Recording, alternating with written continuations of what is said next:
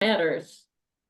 There we go. Well, yeah, I mean, all right. Okay, well, welcome everybody back to Modern Agent Blueprint. Sadly, Nikki's not able to be on today. She has a closing, so we'll congratulate Nikki on that. It was a difficult deal too, from what it sounds like, so I'm glad that she's finally wrapping that one up. So the last Modern Agent Blueprint we kind of had it more like an open forum where people were kind of chatting about things. We were talking about different stuff. So while I'm going through this presentation, it doesn't have to just be me. I'd love if you guys have any ideas or thoughts, or you want to just like dig into something, please feel free to come off of mute. I know Julie, I've already talked to Julie a little bit about some of the stuff, so she's going to be talking about some things. Brooke and Marissa, I think Marissa's popping on in a little bit. So, you know, she's going to pop in too and say some things, but I want this to be open. So I feel like that's how we learn. A lot of us, I think, you have to talk about it. You have to chat about it. Let's dig deeper into some of these things and we'll get started. And, you know, like I said, if there's anything that you guys want to talk about or want to hop in on, please do. All right, let me minimize my screen here. All right, so first things first, if you are not already following Modern Agent Blueprint on Instagram, myself or Nikki on Instagram, please follow us. You'll see our stories every week where we have the link. So if you somehow happen to miss, I don't know how you could possibly happen to miss the Modern Agent Blueprint group, we try to at everybody, which I know is annoying sometimes, but we want to make sure that people know that we have these masterminds coming up. So if you're not in the Facebook group already, you should be. Again, it's Modern Agent Blueprint on Facebook. So if you're not in the group, please make sure you join. And then if you're not already following Nikki and I, please do. All right, so the whole idea of this back to basics, Nikki and I were talking about how, you know, there's a lot of agents in the industry or people who get their license and they kind of think, well, I have my real estate license, so business is just going to fall in my lap. I'm going to be a millionaire. I'm going to be on Selling Sunset and it's going to be great. And then they start getting into the business and they're like, holy crap, this is not what I expected. You know, I talked with Lindsay about this. She's a fairly newer agent and she was like, I had no idea how the competition was. I had no idea that you had to do this. And, you know, I hear this from a lot of agents, and Julie and I have had a lot of agents join us and then very quickly are like, yeah, this is not for me. So we kind of wanted to talk about a little bit of that, but not so much that, because we're all agents here. We're all in the business. We've all been here at least a year. So, you know, last year was a pretty hard year for a lot of people. A lot of agents struggled last year. We had a lot of people leave the business. And I think in this industry, we get kind of caught in this like shiny object syndrome. Like we are so marketed to, there's always somebody who's got a new lead source. There's always somebody who's got a new shiny object or a new course or a new template or a new. How about we just take it back to basics? How about we just bring it back to center, do the things that we know have always worked? Now, I'm not one to preach cold calling or anything like that. Like, you know that I'm not a big cold caller. I've never done it in my life. But maybe this is the time, if your business is slow, that you start calling some of those expireds, or you start trying to at least reconnect with some of your old clients. Maybe the idea of expireds or something like that is just completely not your thing. But what happens, like, why not talk to some of your old clients? Why not try to get into contact with, you know, your neighbor down the street or the friend from the gym? Like, try to communicate with these people and, you know, let's bring ourselves kind of back to the basics of having these conversations and doing the things that we know work. So without further ado, we'll move in. So again, if anybody has anything that they want to say, if you have an idea, if you're doing something right now in your business that is working, please raise your hand or come off mute, interrupt me. Like we want to know. So lead generation and targeting. So first things first, I don't know how many people here have a idea of who their ideal client is. Do you raise your hand? Just like, since most of you are on camera, if you have an ideal client, raise your hand. And this is somebody who you make content for. Okay, good. So Julie and Brooke, and Lindsay a little bit. Okay. Do you have a niche? Does anybody have a niche? I kind of have a niche, it's not something that I only speak to, but I do kind of have a niche of relocation buyers and sellers.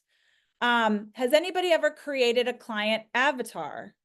Like, I don't know if you've seen anybody speak, but they may say, her name is Jessica. She's a 38-year-old mom of two. She has, she lives in Ann Arbor, Michigan. She's got a kid who's in 5th grade and another one who's in high school, and she's doing this, and this is her job. Like, creating these client avatars give you the person who you're going to speak to.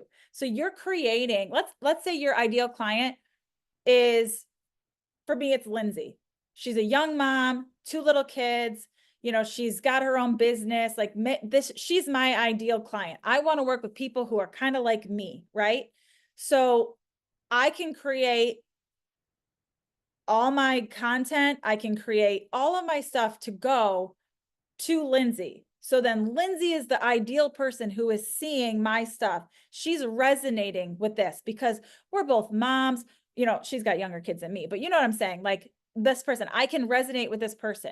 Now, what if your ideal client is the person who's trying to sell their house because they want to go into assisted care, or they need to downsize to a condo? You need to be making very different content than what I'm making for Lindsay, right? We're not the same person. We're not the same ideal client. So by the time you could figure out who your ideal client is, you could start creating that specific content to that person.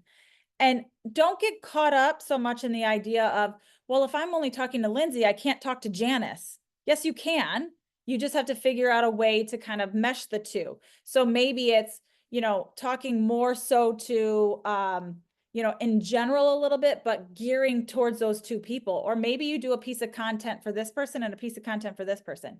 If you are like really into a certain niche, then I would just keep all of your content to that certain niche. But if you're trying to identify which one you want to work with more or whatever, test it out, see what works best for you.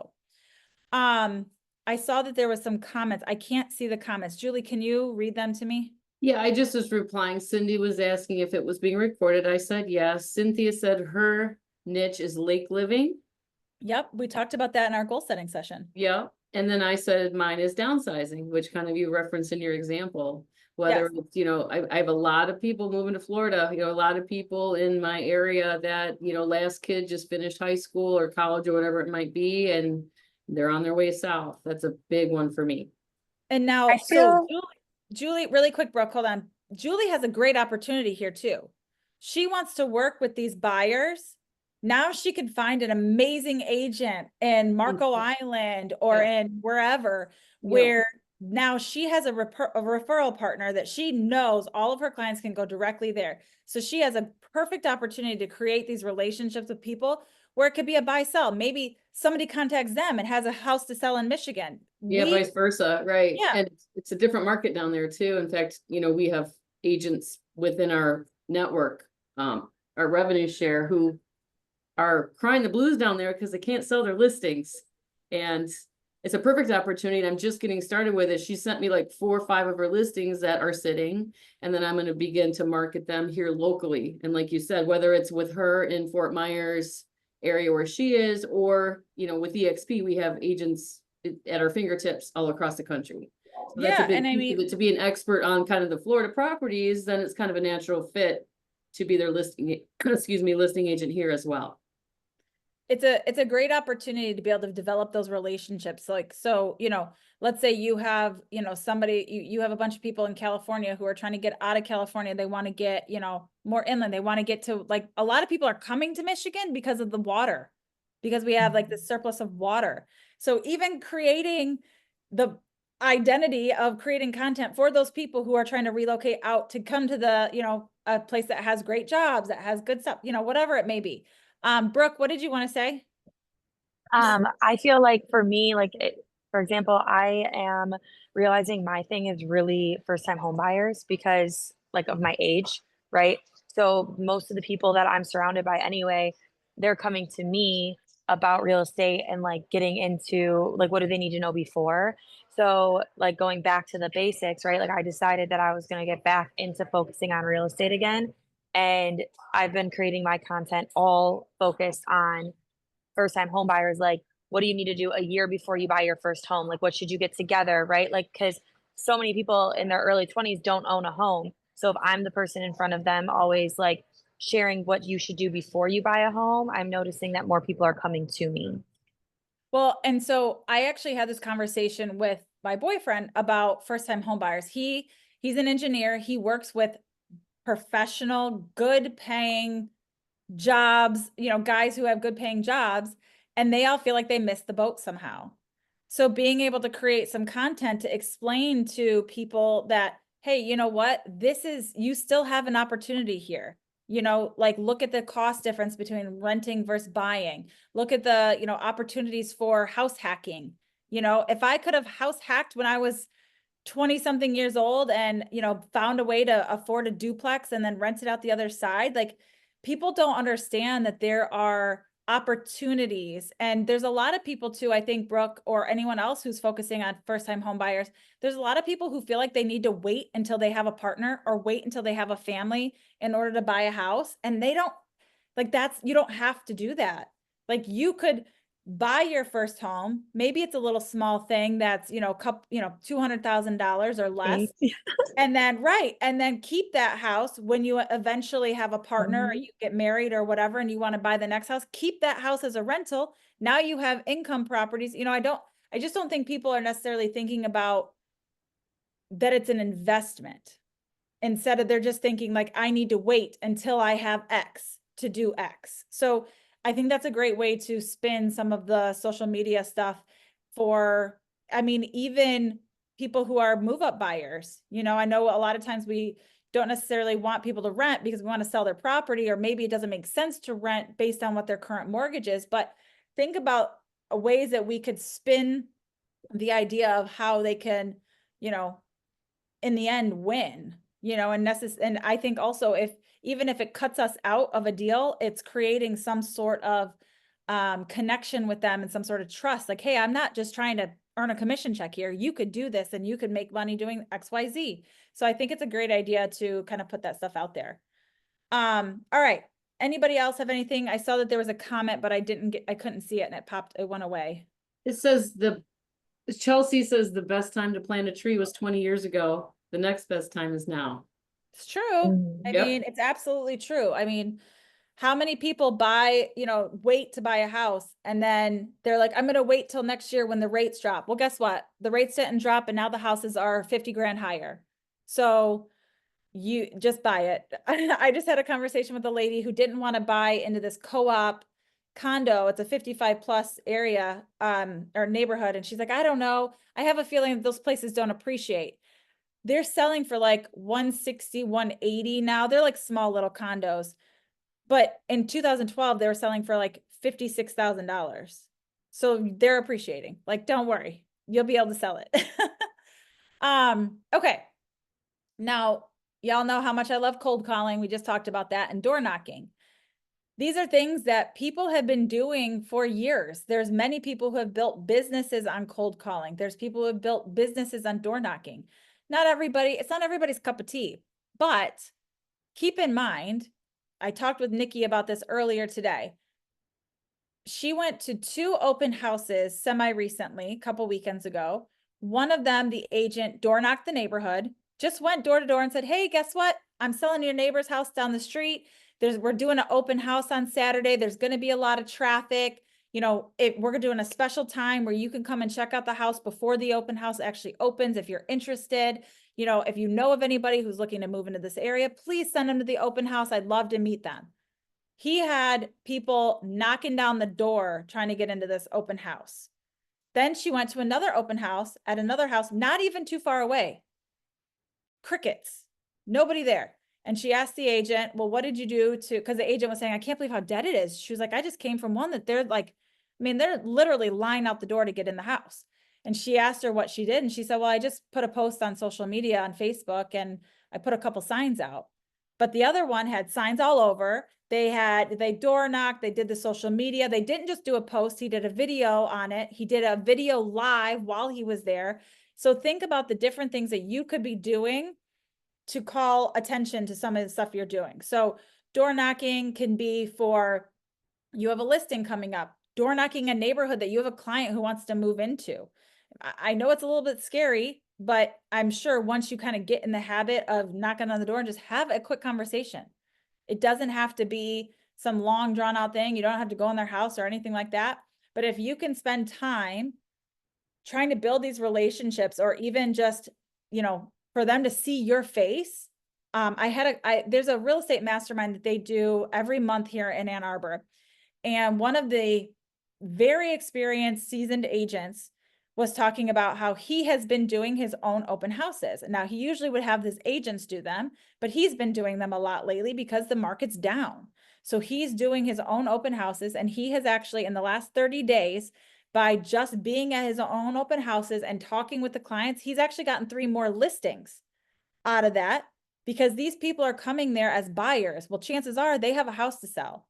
So being there, talking with the people, showing up, doing the work shows that he's dedicated to his job. So, you know, don't always give away your open houses to somebody else. Keep doing them, or bring a partner with you to the open houses. I give a lot of my open houses to a lot of my agents, but there's a lot of times that we do them together. Lindsay and I have done open houses together. I've done them with other agents in the past. Julie and I have done them together when I was first starting to. And, you know, you have to kind of learn how to do that. So don't just, you're getting I mean, it's a good opportunity to talk to sellers in the neighborhood too. Forget about, you know, buyers. The sellers are paying attention too. And especially if you door knock in advance, then that's probably where he got some good traffic by doing that. They wanted to see that house, right? They're nosy, and they maybe are thinking of selling either now or in the future. The nosy neighbor. And if you're going door to door saying, hey, I have a house to sell, now they remember you just went door to door in that neighborhood. They're going to remember you over the person who is sitting at the counter reading a book, not talking to anybody at the open house, right? So make sure you're engaged, make sure you're doing all those things. And you know, I wanted to ask your opinion, either Nicole, yourself, or anyone else on the call. So I had a hot listing that went under contract after the weekend, and now of course the neighbors are paying attention. I already have a listing appointment for one neighbor, potentially a second. But my thought is, okay, now it's postcard time, right? Time to mail out the postcards. So I was looking at the expense of postcards, because we know postage just keeps going up, right? And would it be better to order some door hangers and I know it's 5 degrees out here right now, but you know, just walk the neighborhood and talk to people instead of a postcard in the mail. It's cheaper. I would. And it's FaceTime, you know? I would. I mean, my thought is, you already have 2 potential leads from this one listing. Yep. So one, we need to be doubling, tripling down on our marketing for those houses. Lindsay just had a house. She put an offer. I'm going to put you on blast again, Lindsay. Sorry. She just had a listing or an offer put in. They had 100 people, 100 groups come through that house in 2 days. They had how many offers? 20 offers? Yeah, just under 20 offers, all of which were conventional too. One cash, all others conventional. So the market is crazy right now in some of these areas.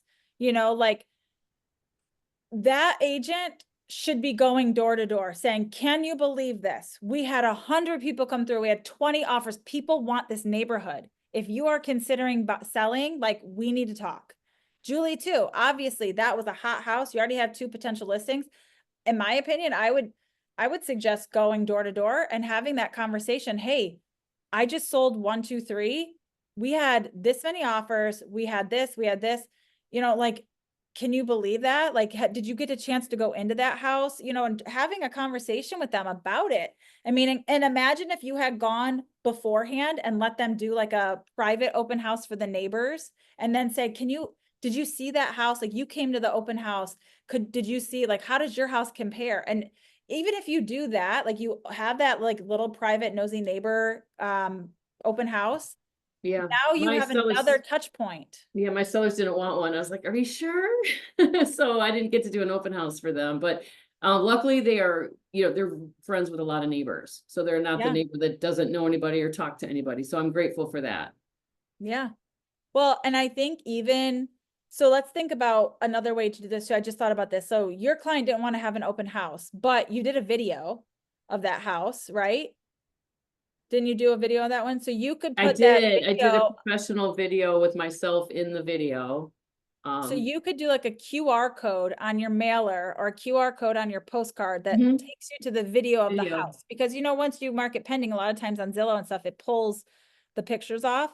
So maybe have a photo or a video, or I'm sorry, a QR code that goes to the Of the professional video. photos or the video to say, if you want to see how if you didn't get a chance to see it, there's a QR code on the back. You can watch the listing video that I did. So you could see how your house compares to that one. And you can maybe gauge how your house would do in this market. Yeah. I Yep. think that would be a great idea. Cynthia has a good idea. She did an Easter egg hunt for an open house. She made little Easter gift bags with her business card, and then she door knocked the entire neighborhood, inviting them over. That's so cute. That's One cute. of the neighbors texted her sellers and said, "Wow, your agent's going above and beyond." And that neighbor called her to sell their home a year later. That's amazing. That's Or so later good. that year, not a year later, later that year. So even sooner. That's amazing, Cynthia. I love that. That's so cute. That's a great idea. I mean, I think going over and above right now is what we have to do to stand out. As you Yeah. know, there's so much competition. Somehow these agents who take cell phone photos and are in the mirror picture, I don't understand how these people Still have listings. happening. It's I still don't- happening. Yeah, I don't understand how these people still have listings when there are so many other better options out there. So just be that better agent. Don't get too caught up with what everybody else is doing. I would just try to think outside of the box, do things that are a little bit different. Doing an Easter egg hunt for the open house is like crazy smart. I mean, you could do little goodie bags, you could do different things, giveaways, anything you want to do at your open house. Think about just different ways to bring in more people. We've done mega open houses in the summer with like the Kona ice cream truck, or I've done it with a coffee truck. You could do it with, like any of those things. Like just think outside of the box a little bit.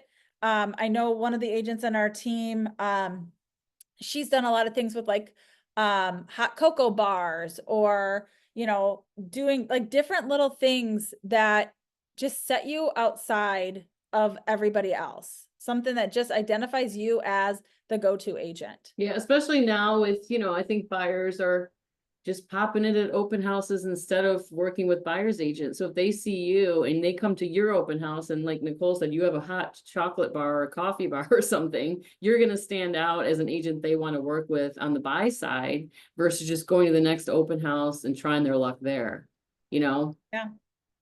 Well, I think people, I mean, think about it in a seller eyes.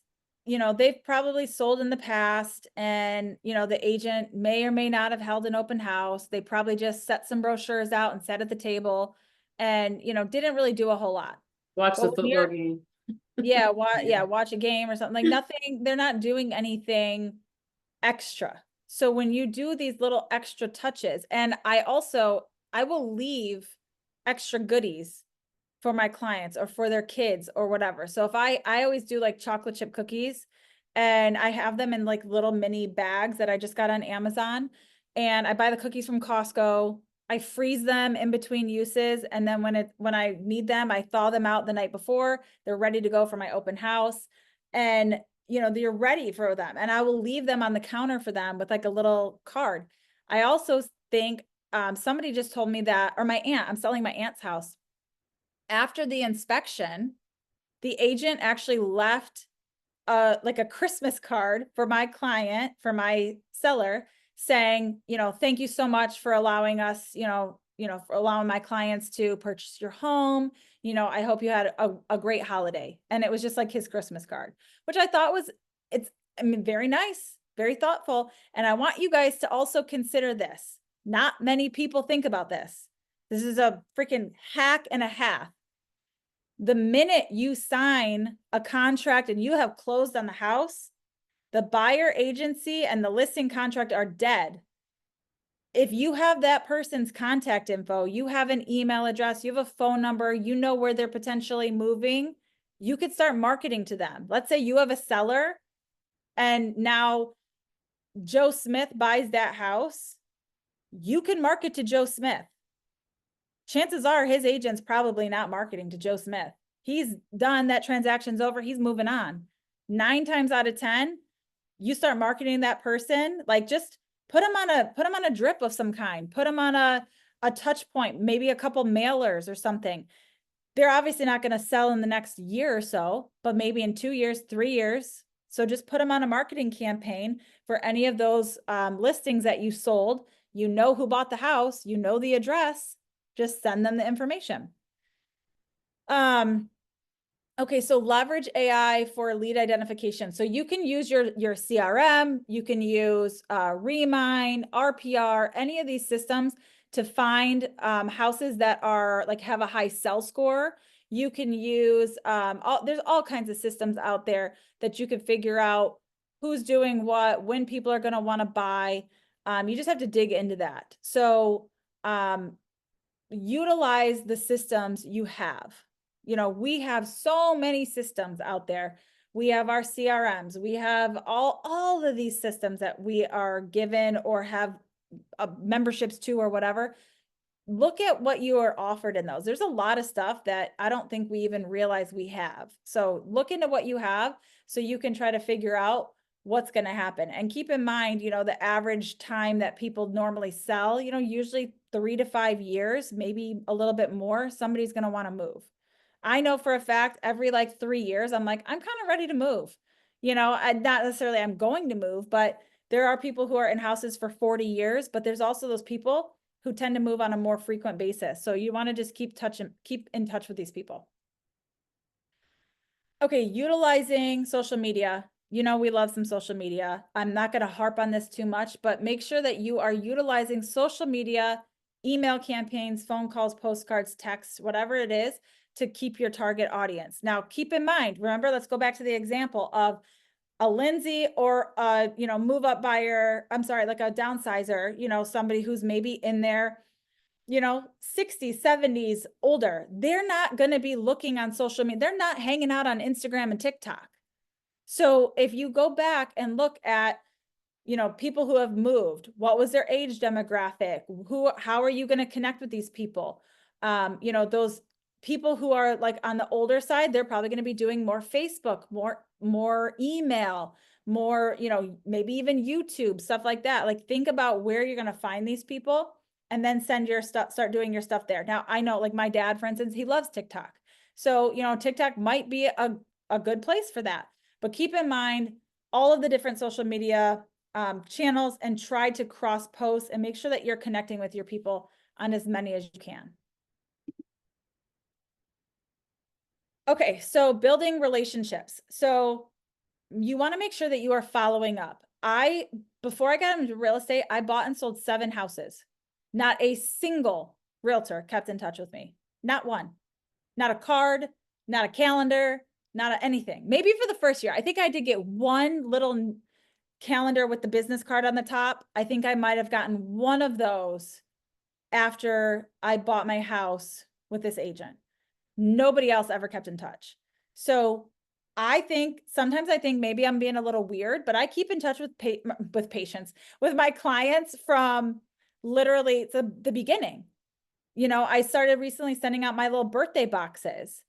Maybe that's weird that I'm the realtor that's from 4 years ago sending you a birthday box, but I want them to remember me when they're ready to sell their house.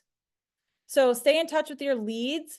The leads are another big thing. Stay in touch with your past clients. So your leads, they can be set up on a campaign for an email drip or with a text drip, but maybe you could do videos to them. Maybe you could do video emails or something to them that put a voice and a face with what you're saying.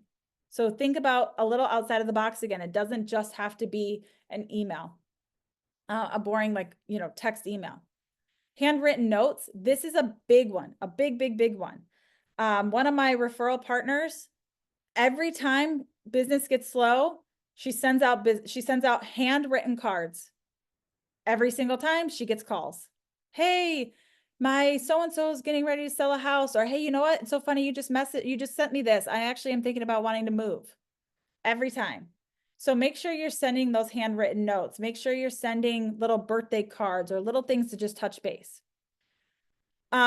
all of this is about, keeping back up, basically maintain your relationships, which will help you generate referrals in the future. I would say too, you guys, like if you're gonna do something that's like personal touch like that, like pick your one thing and do it, right? Like if you're gonna do, I like doing the handwritten cards, like people know that I do that. Like I send all my friends get birthday cards, like that's my thing. So I do the handwritten birthday card, and then you can put like if you have business cards still, you can do that. I think we've talked about it on here before. Elizabeth Riley gave me this idea where you can do like, if you refer a friend, you can give them this coupon for a free home inspection. So like you just pay for your next client's home inspection, but then they feel like when their friend or family or someone's buying, they have something to offer. Like, hey, if you use my agent, she's great.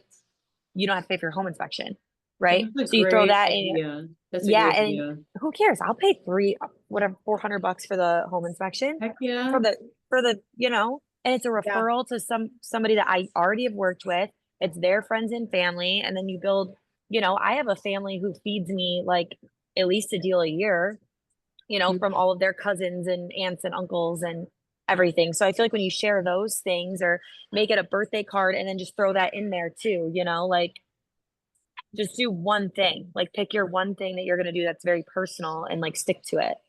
Or even like think about, like I was talking to Brooke about this before, like I feel like I'm really heavy at the end of the year with touching my clients. Like, it's like Thanksgiving, it's Holidays, Christmas, it's holidays, it's the event, I do my client event in the end of the year, in the fall. So I feel like it's very heavy at that back end of the year. So trying to bring those things towards the center now, or the middle of the year. Keep in mind, spring is the hot market. Maybe I say we should be doing this now. Right. Do it so now. maybe you send out a card saying, February. spring market is upon us already. The market is crazy. Lindsay, this would be a great one. You could market to that neighborhood that just had 100 freaking people come through their open house. Hey, the spring market is here. Did you hear? Across the street, 100 people came through that house. They had 20 offers. If you know of anybody who is going to be buying or selling, like obviously the coupon would be for a seller or for a buyer, but you know what you could do? A lot of inspection companies have pre-inspections. So you could say, if you want to, if you're thinking about selling, I will pay for a pre-inspection of your home so we can look and make sure that there's no major defects with your house before we even list it. And if you know of somebody who wants to buy a house, make sure you pass my card on. I will give them a $400 credit towards their home inspection. And it just goes, you make an addendum and you throw it in there and it comes out at the closing cost. They put it, they pay for it up front and then you pay for it out of closing costs. I wonder how that works. Like I should probably. Uh-oh. She gone. I don't know where she just went. She'll come back. And then in that case, you don't do a closing gift, right? That was your gift.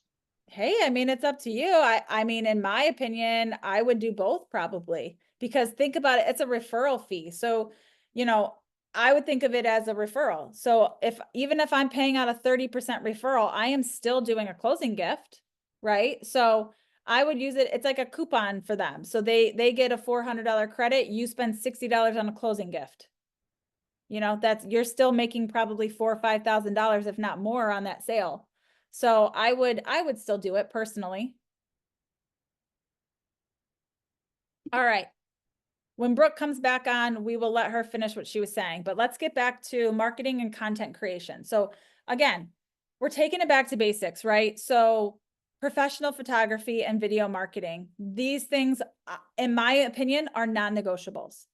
There's, unless the house is an absolute dumpster fire and there is absolutely no reason to do professional photos, like we're talking about normal houses here, right? We want professional photos. This is how we show what the value that we bring as listing agents.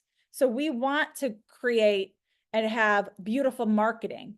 So doing the videos, maybe you don't have it in your budget right now to do a professional video. You can easily make your own video, your own listing video on your phone. It can be great. You don't have to overthink it. I just did one. I have a house that's listed right now. It needs some work. So I did my own video, and I'll be honest, it's not perfection, but it is pretty dang good. And I think it shows the house well. I kind of did it like a quick run through of the house. And I did a little bit of editing in between each set of each video, and it looks great. And I add a little bit of music, and it's fun. You don't have to overthink it too much.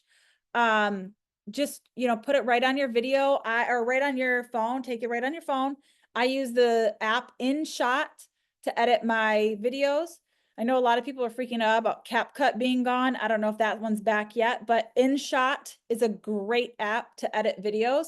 You could also edit it as a reel right in Instagram now. With reels being 3 minutes long now, you can easily edit a video.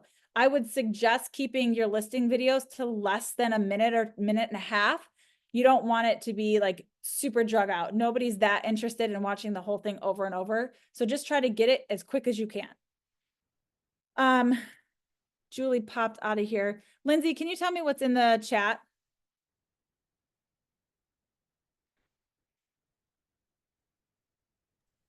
Sorry, I was trying to unmute. Let's see.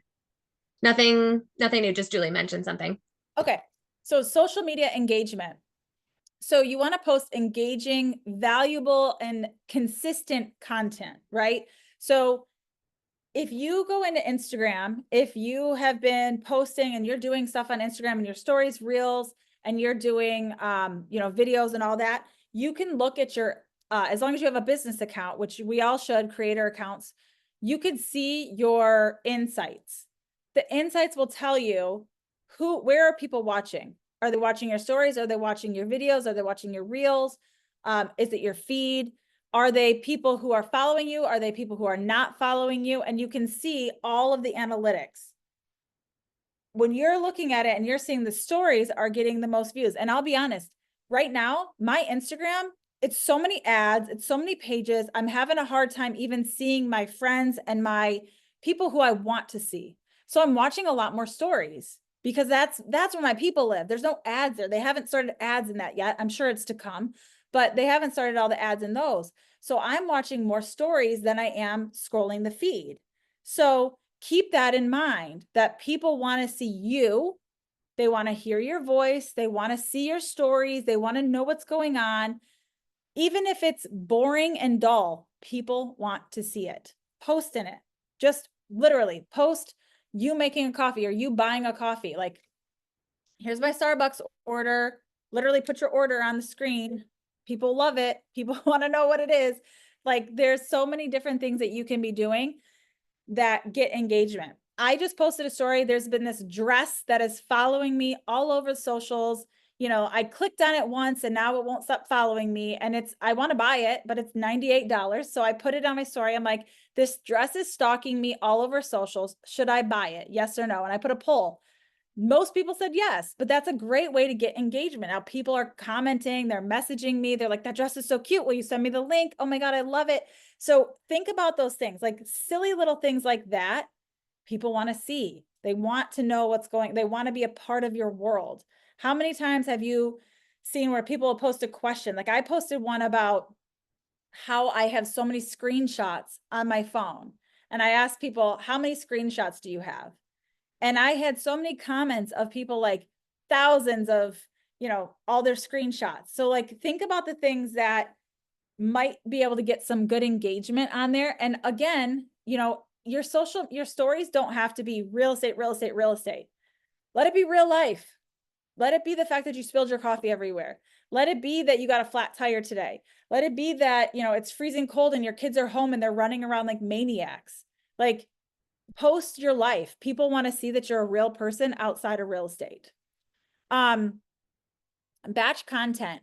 This is something that I think is super important. I just talked with somebody yesterday about this, like having trouble getting motivated to post content all the time. I am just as guilty. Like, you might look at my social media and say, oh, she's doing it all the time. No, she's not.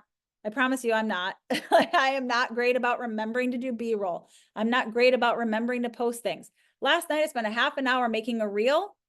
and I accidentally went out of the app and the whole thing deleted and I have to start over again. And I wanted to curl up in a ball and cry because there was so much that went into that stupid reel. So things like that happen, right? But if you have time, batch a bunch of content.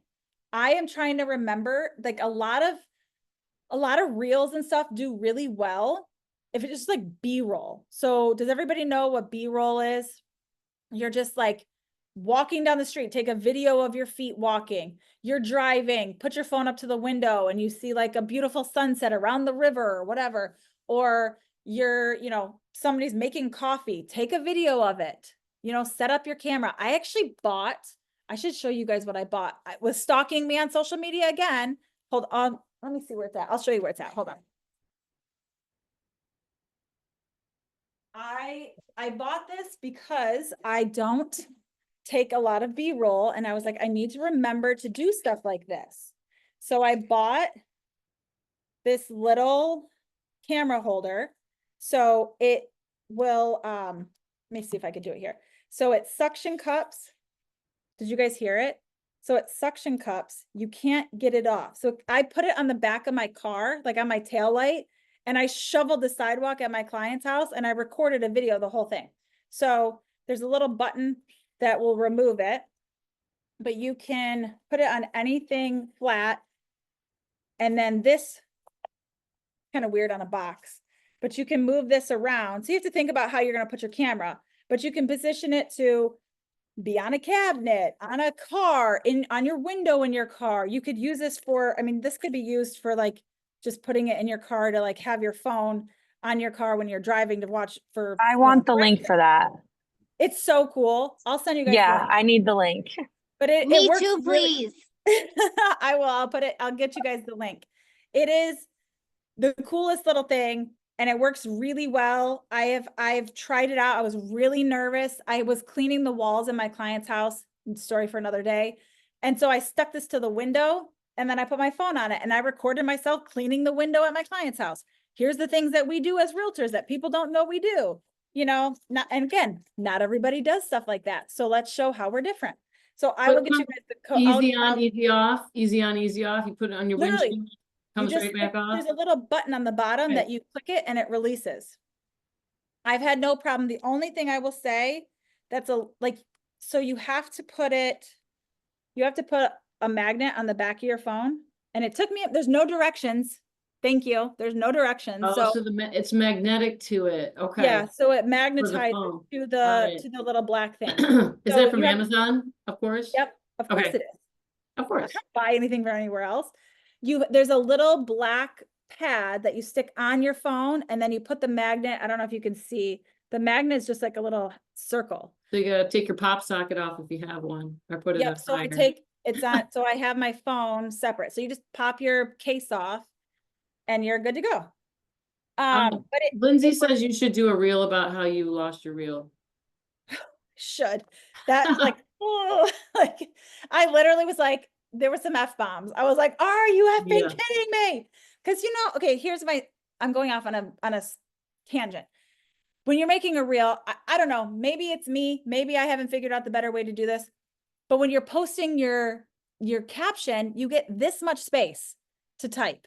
And I was trying to like get in there and like put bullet points and do all this stuff. And I was like, you know what, this is dumb. I'm just going to put it into my notes app and then I'll just copy and paste it. But I didn't save my draft. So when I went to my notes section, I typed it all out. I copied it. I went to go back and my page refreshed and was gone. Tears. Made me want to cry, but I'll redo it again. So anyways, back to it, batch content. So this kind of stuff, I also bought a different kind of tripod that doesn't have the big ring light. So it's easier to like take around with me. So I have that too. So I bought that on Amazon. It was like 20 bucks. So I also have my little tripod that's like bendy and flexible. I felt that's in my back of my car. So I don't know if you guys have this, but in the back of my car, I have a little tote thing that's got a toolkit in there because you're going to need pliers or a hammer or something or a screwdriver at your listings. I always have that. It's got trash bags. It's got shoe booties. It's got some lock boxes. Toilet It's paper. got everything. What do you say? Toilet paper. I don't have toilet paper in there. I probably should put something like that in there though. But it's got all that stuff in there. So I have my little tripod in there. So when I'm installing a sign or I want to do a quick video, I can hold the tripod and do my videos in the house. So there's something like just a cheapy little thing. I throw it in the back of my car. Okay. So something you could do a little bit different, host webinars or live events, offer educational sessions like we're doing here. I'm not making money from this. I'm just providing value for people who want to hear it. We're doing a live event. Our Level Up event is coming up. We are getting ready to put announcements out there. So April 30th is the big day. So for those of you who didn't already know, put that on your calendar, but we're going to be announcing ticket sales and all that stuff here very soon. But again, we don't make a profit on that either. We're just doing that because we want to do it. So keep in mind, things like that, it doesn't always have to be, I'm going to get something back. Just provide, give the value, and eventually it'll come back to you. Okay, so client nurturing and experience. We have already touched on this numerous times now. So if you're delivering really great service and your top priority is client experience, you are already ahead of the curve. There are so many agents out there who are just out for the commission check. They just want to get you to the closing table. They don't care that you didn't have a walkthrough. They don't care that you didn't know that you should opt out of all the calls so your phone doesn't get blown up by the credit bureau, when they sell your info. Like, there are so many people who just don't care, or maybe they don't know to be able to tell you that. Do your best to give the best communication, the best experience, to be open and honest. Sometimes honesty can hurt a little bit. When you walk into a house and you don't love the way it looks, or you don't love the way it smells, you have to be honest, because maybe they don't realize that their house smells like wet dog, but it does. And that is a major turnoff to clients. So you have to come to them in a very open, honest, transparent way. And that, if you come in there problem solving, they're going to love that. Don't just come in and be like, oh, your house stinks. Nobody would do that. But if you come in and say, okay, so we have an odor, let's figure out how we can fix this. If we're coming in there with solutions and not just being rude, it's going to go a long way. Provide post-sale support. So offering value after closing. This is something that I just started doing, which was setting people up on neighborhood searches. So then they get like a market analysis every so often of their neighborhood. One thing that I was talking with Julie and Brooke about earlier, something I have never thought of. I don't know how I never thought about this. It's brilliant. I don't know why I've never been thought about this, but I have a lot of homes listings that are coming in the pipeline, right? So, you kind of just wait it out. You wait to see what they're going to do. They probably forget about you. You never know. Like, maybe they'll reach out, maybe they won't. You got to stay in contact with those people. So the one way that I started this is I went in and I set up home searches for the neighborhoods I did a half mile out of every upcoming listing I have. So now I see when the house down the street hits the market, I can call them and say, hey, Joe, did you see that 123 Main just went for sale for this amount? That could totally change our price point. Like that, this could be really good for you. This is great. That's a great way to be able to touch base with those people and keep in touch with them. I don't know how I never thought about this. Like, clearly, maybe I'm like, I don't know, slow to the game. I don't know. But I was just like, wow, that was such a smart idea for me. I literally set it up like that. And then the next day my client texted me and he was like, hey, guess what? I'm ready to get my house on the market. And I was like, it's so funny. I literally just set you up on a search so I can watch out, because I knew your house was coming on the market soon. I wanted to make sure that we know exactly what's happening in your area. And he was like, oh, that's a great idea. So, so smart. I'm like, I know. Might be late, but hey, I did it. But making sure that you're staying up with your clients. So, like I said earlier, most agents are not keeping up with their clients post-close. Those agents who sold the house to those clients, excuse me, are probably not keeping up with them. So doing things like newsletters, sending maintenance tips, doing mailers, doing, just check-ins with them, tax reminders, different things that they should be doing. Hey, you've been in the house now for 3 years. You might want to have your air ducts cleaned or whatever. Like, just think of some different ways that you can communicate with them. I love equity reports, showing people how much equity they have in their house. How can we use that equity? I know what the word equity means. Doesn't, like, I might know what that word is. I don't know how it applies to me. Tell me how it applies to me. What can I do with this equity? Do you mean that I have so much money in there that I could take out some of that money and I could redo the bathroom that I hate? Like, tell me how I can use that equity to my advantage, or just how much I have. You want to make sure that you're gathering testimonials and referrals.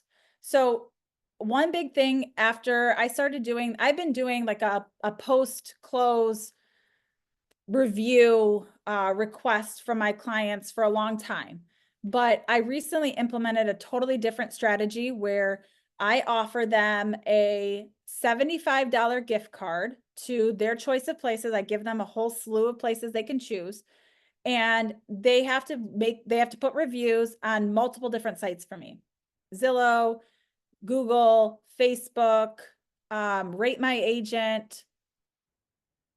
Feel like there's another one.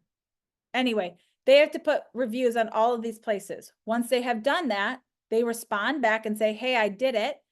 I'd like my gift card to Home Depot, Amazon, Lowe's. Best thing about it is you can buy the gift card on Amazon and you can send it to them digitally. They don't need a hard card.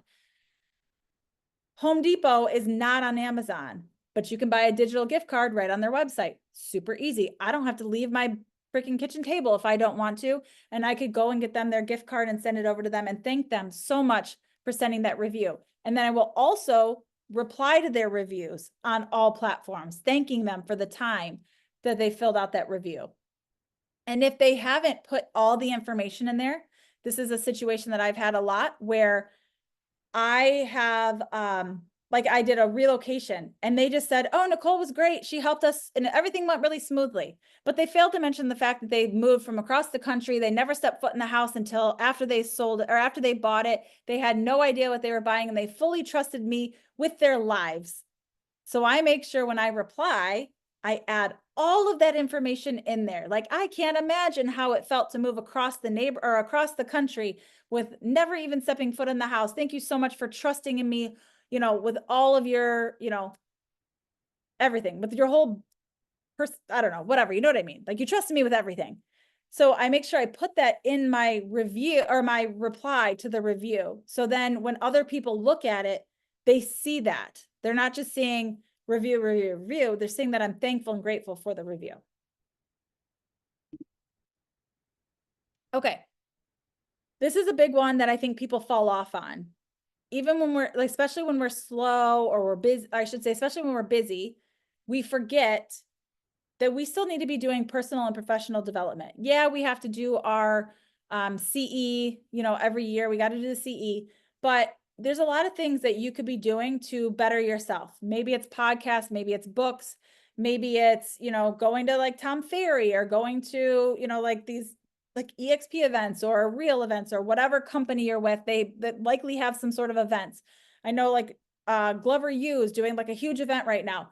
Go to these things, meet these people, enhance your skills, right? So make sure that you're working on your sales and negotiations. Go to the trainings. Make sure you're working on your skills. If you're not using it, you're losing it. So make sure that you're continuing to grow and build. You want to make sure you're staying educated. You want to make sure that you're, maybe doing some extra certifications or classes, trainings. I went to a training for our board because I'm on the YPN board. I posted a picture of me at this training. People were commenting, oh my gosh, it's so great you're staying up on everything. Like, you got to stay educated for your clients. They had no idea what the training was even for.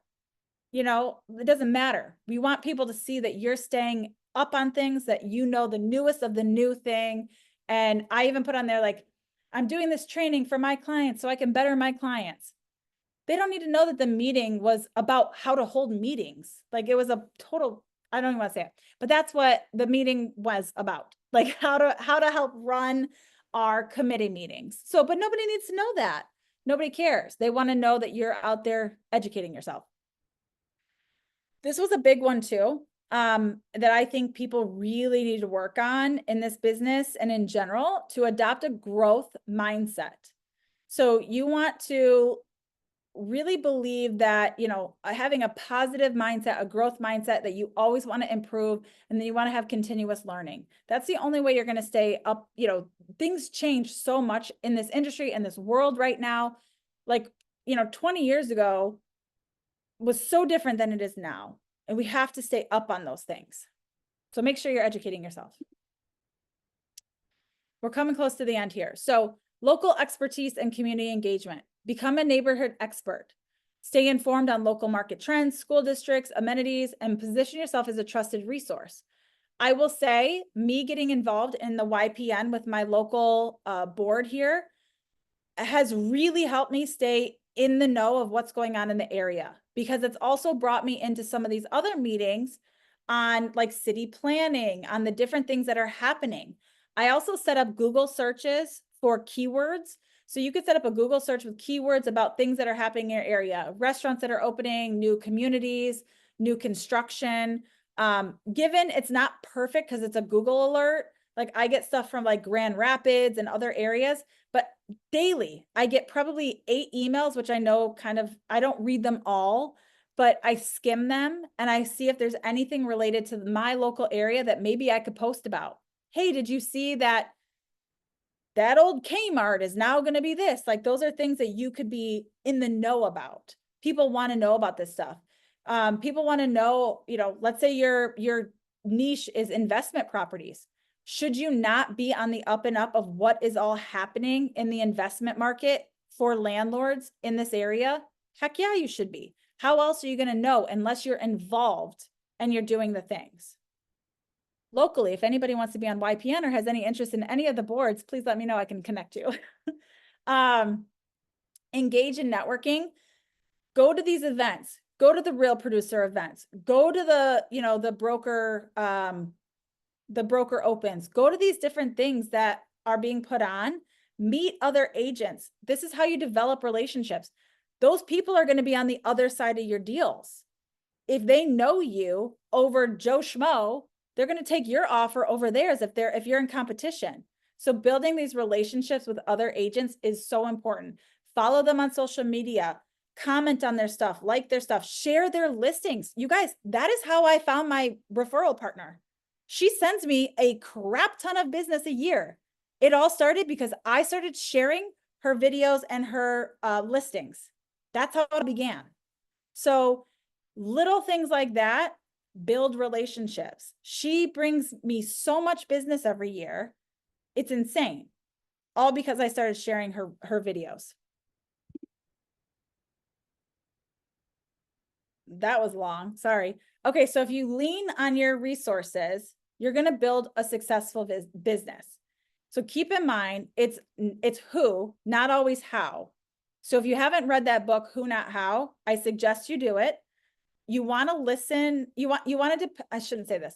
I listen on Audible, but if you are leaning on your resources, you're leaning on the classes that maybe like, so, you know, a lot of us here are EXP, some of us aren't, but that's okay.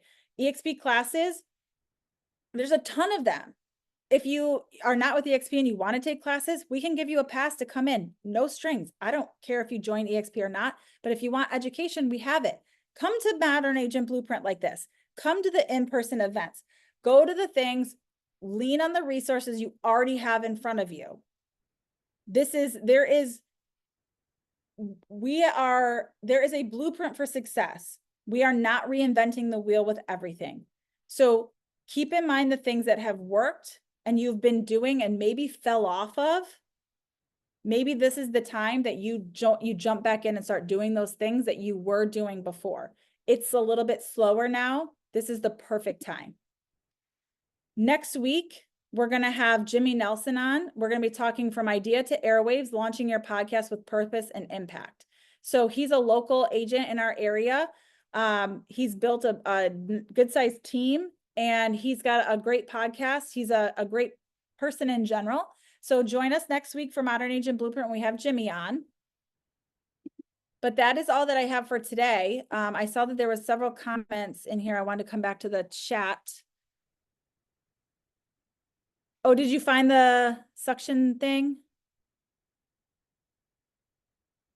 Let's see. Da, da, da, da. Oh, yeah. Let me make sure. Is that the right one, Julie?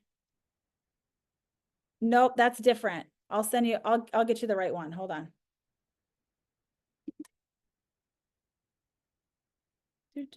Sorry, guys.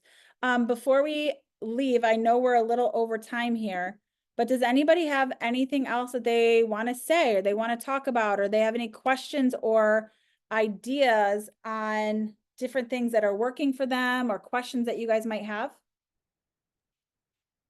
Where do you get your birthday box from? So I created them myself. I can go Okay. grab one and show you guys. Give me 1 second. I'm trying to find that little code for that. Here it is. There's apparently a bunch of them, but this is the one that I bought and I really do like it. Okay, let me go grab a birthday box and I'll show you what I put in it, okay?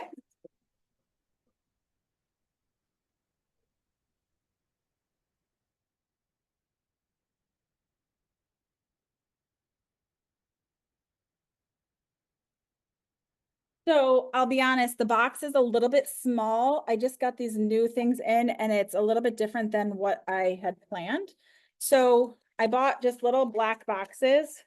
There's 6 by 4 by 2 on Amazon. However, I couldn't find anything cute. I wanted like white with like sprinkles, like confetti sprinkles on it. I couldn't find anything like that. But then I was on Alibaba looking for something else, and they have a whole bunch of cute boxes that are way better than just black. I did, to make this fun, I bought holographic packing tape. So I cover it up with I cover up the edge with the holographic tape. So it makes it look a little bit fun.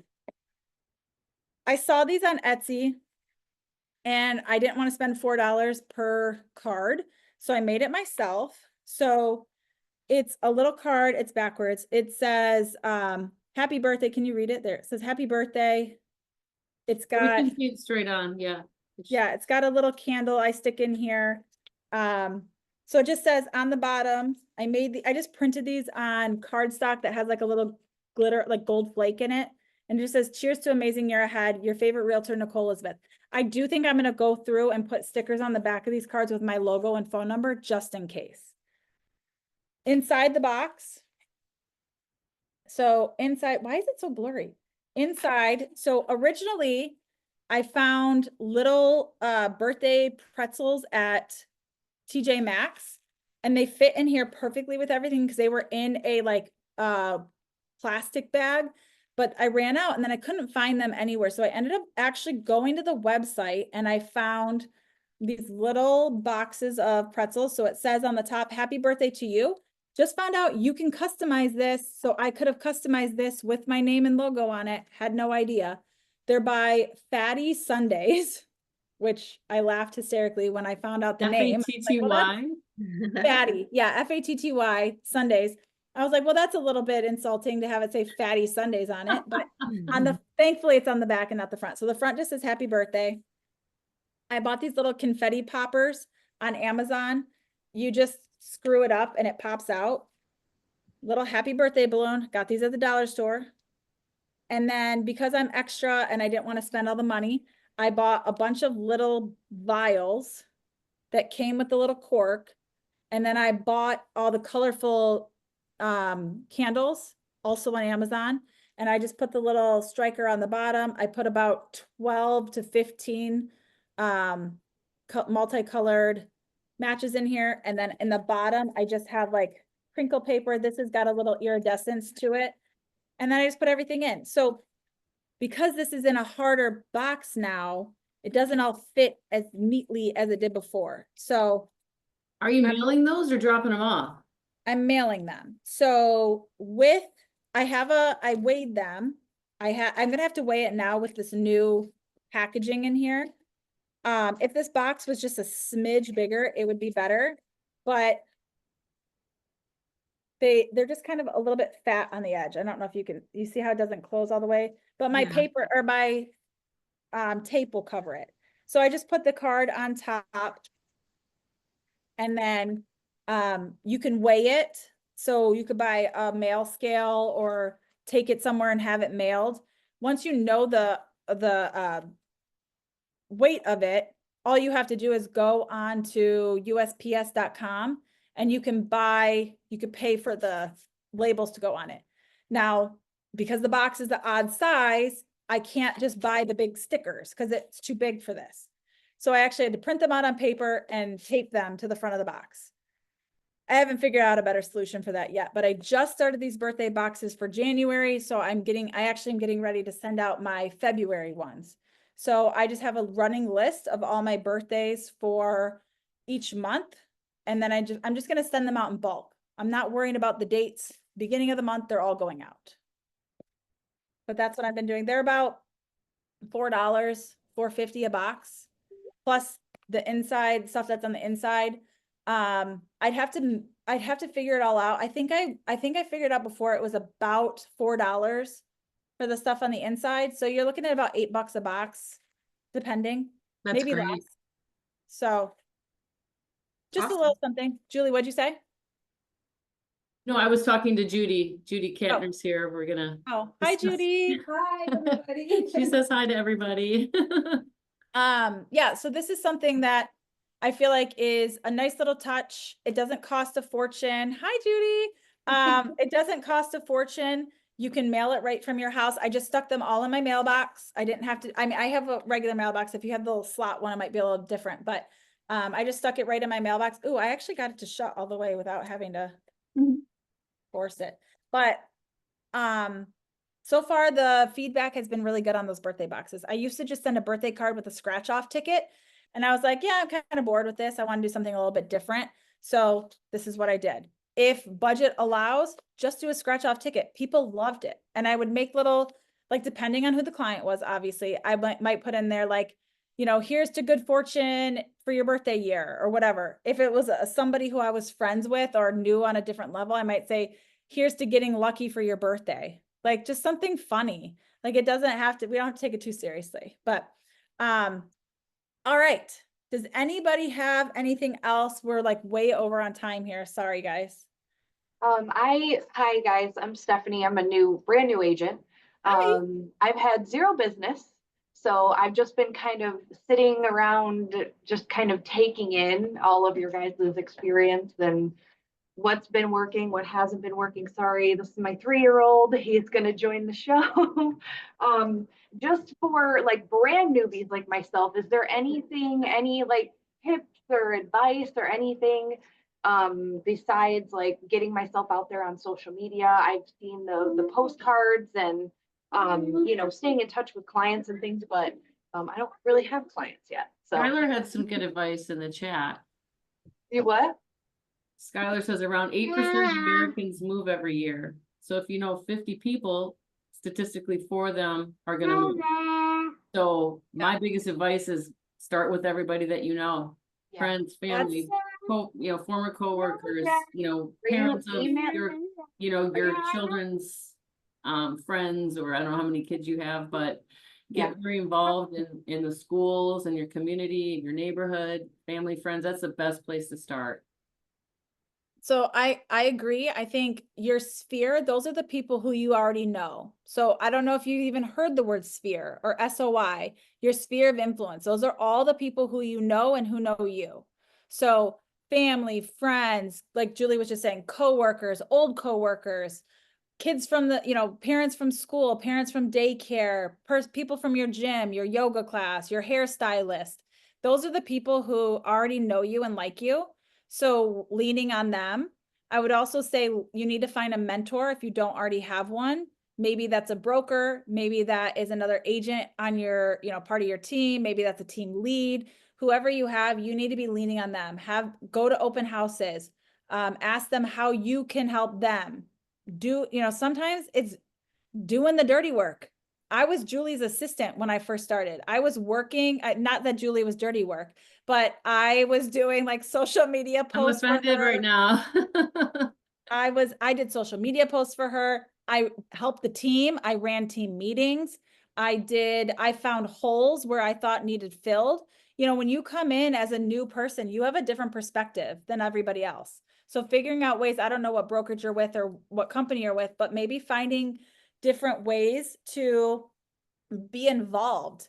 As a brand new agent, you should be looking into like YP, like your board, like your YPN. Now, given YPN is typically like Young Professionals Network, but it doesn't, bye Julie, it doesn't mean you have to be young. I'm 41. I can't believe I just said that on camera. I'm 41. Skylar, shut your face. I am not necessarily young, but I'm a part of that committee. That is young. Thanks, Skylar.